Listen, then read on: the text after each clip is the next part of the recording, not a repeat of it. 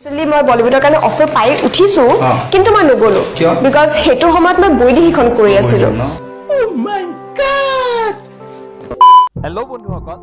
welcome to my channel let's study with blog বন্ধুসকল এইকেইদিন বিশেষকৈ ছ'চিয়েল মিডিয়াসমূহত অতি বেছি ব্যাপক ৰূপ লাভ কৰা অৰ্থাৎ ভাইৰেল হোৱা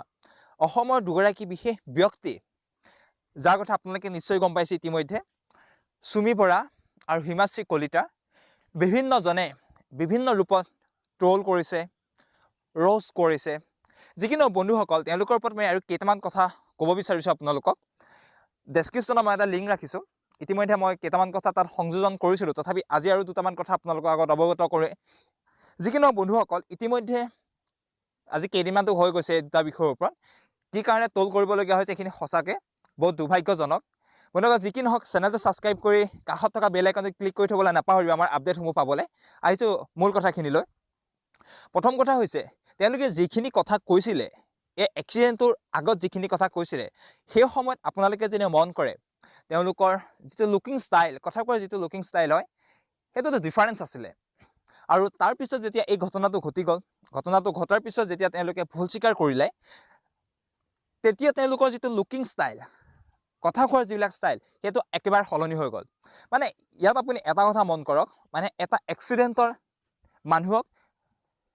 এটা বেলেগ ৰূপ দিব পাৰে তেওঁলোকে প্ৰথম কথাখিনি কোৱাৰ যিটো ধৰণ আপুনি চাওক সুমি বৰা যেতিয়া কৈছিলে ইংলিছত তেওঁ এটা বিশেষ বাক্যৰে কৈছিলে যে তেওঁৱেই অসমৰ একমাত্ৰ কোৰিঅ'গ্ৰাফাৰ আৰু যদি মই ভিডিঅ' ক্লিপ ইয়াৰ ৰাখিব বিচৰা নাই কাৰণ ইতিমধ্যে সেইখিনি আপোনালোকে সকলোৱে দেখিছে যিটো কথা কোৱাৰ যিটো ধৰণ আছিলে হয়তো শুনিলে বহুতৰে হয়তো চকু কপালত উঠিব অসমৰ এগৰাকী ব্যক্তি চাওক তেওঁ সৌ সিদিনাৰ ব্যক্তি তাৰ আগলৈকে অসমত কি কোৰিঅ'গ্ৰাফাৰ নাছিলে নেকি নে অসমৰ নাট্য হওক সংগীত হওক এই জগতখনত কোনো তেওঁলোকৰ দৰে ব্যক্তি নাছিলে নেকি মানুহৰ অতি বেছি অহংকাৰ বেয়া কথা আপুনি হিমাশ্ৰী কলিতাৰ কথা যদি কয় তেওঁ বৈদেশী কৰাৰ বাবে তেখেত বলিউডলৈ নগ'লে কিমান যুক্তিপূৰ্ণ কথা এইটো একেবাৰে অমূলক কথা নহয় জানো বাৰু মানুহে কিবা এটা পাইছে আপোনালোকক এই আসনখন কোনে দিছে অসমৰ মানুহে দিছে আপোনালোকে এই আসনখন অসমৰ মানুহকে আপোনালোকে ইমান দম্ভালি মাৰি যদি কথা কয় এদিন কান্দিবতো লাগিবই চাওক তেওঁ ক'লে যে বলিউডৰ যদি ভাল অফাৰ পায় তেতিয়াহ'লে তেওঁ যাব আৰু তেওঁ একেলগে ক'লে যে বৈদেশী কৰি থকাৰ বাবে তেওঁ বলিউডলৈ নাই যোৱা গতিকে বলিউডৰ সেই যিটো অফাৰ আহিছিলে বুলি তেওঁ ক'লে সেই অফাৰটো কি বৈদেশীতকৈ তলত আছিলে নেকি প্ৰকৃততে আৰু বলিউডতো তেনেকুৱা কোনো অফাৰেই নাই অসমৰ এখন চিৰিয়েলৰ লগত তুলনা কৰিব নোৱাৰা মই বৈদেশীখন বেয়া বুলি ক'ব খোজা নাই বৈদেশীখনতকৈ ওপৰতে আছে বুলি মই ভাবোঁ বলিউডৰ প্ৰতিটো পেকেজেই যি কি নহওক বন্ধুসকল মানুহৰ আমি ইয়াৰ পৰাই শিকিব লাগিব যে মানুহৰ যিকোনো ক্ষেত্ৰতে অহংকাৰ বহুত বেছি অহংকাৰ ভাল নহয় এতিয়া মই পিছৰ কথাখিনিলৈ আহিছোঁ এওঁলোকক লৈ যে ট্ৰল যে কৰি আছে বিভিন্ন ধৰণে ট্ৰল কৰি আছে চাওক চবৰে মানুহক এটা ঘটনা হৈ যায় তেওঁলোকে এতিয়া উপলব্ধি কৰিছে যি কি নহওক আমি ট্ৰল কিমানলৈকে আৰু কৰা উচিত অৰ্থাৎ যদি ইমান ট্ৰল আপুনিও কৰি থাকে তেতিয়াহ'লে আপুনিও কিন্তু এনেদৰে কেতিয়াবা ক'ৰবাত চুৰি কৰিবলগীয়া হ'ব পাৰে আৰু ইতিমধ্যে তেনেকুৱা ঘটনা অসমত কিছুমান হৈ আছে নোহোৱাকৈ থকা নাই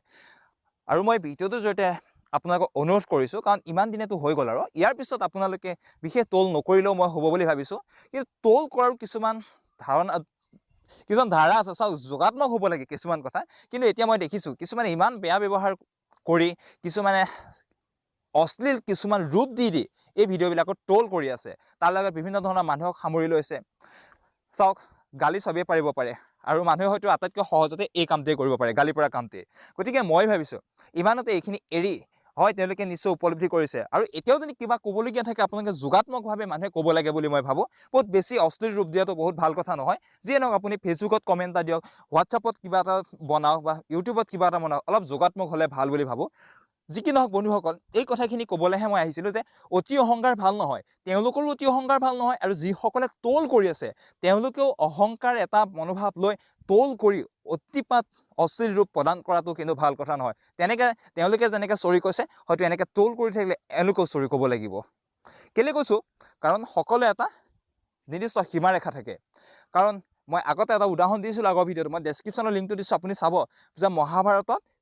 শ্ৰীকৃষ্ণই কৈছিলে যে সকলোৱে অহা আৰু যোৱাৰ এটা নিৰ্দিষ্ট সময় থাকে গতিকে পাহৰি যাব নালাগে আমি সদায় ভক্তিভাৱ এটা আমি মনত ৰাখিব লাগে ভয় ভাৱ এটা আমি মনত ৰাখিব লাগে আৰু মই সকলোকে অনুৰোধ কৰিছোঁ যাক যেনেকেই নহওক আপুনি কোনোবা এজনে ইউটিউবত কিবা এটা কৰিছে তেওঁলোকে অসমৰ মানুহে ছাপোৰ্ট কৰিছে কাৰণে আগবাঢ়ি গৈ আছে গতিকে যিদিনাখনে অসমৰ মানুহে বেয়া পাব সেইদিনাখনে তেওঁ কিন্তু ওপৰৰ পৰা সৰি পৰিব যি কি নহওক বন্ধুসকল এই অকণমান কথাকেইটা যোগাত্মক হ'ব লাগে বুলি মই ভাবি পেলাইহে ভিডিঅ'টো প্ৰস্তুত কৰিলোঁ যদি ভাল পাইছে লাইক এটা কৰিব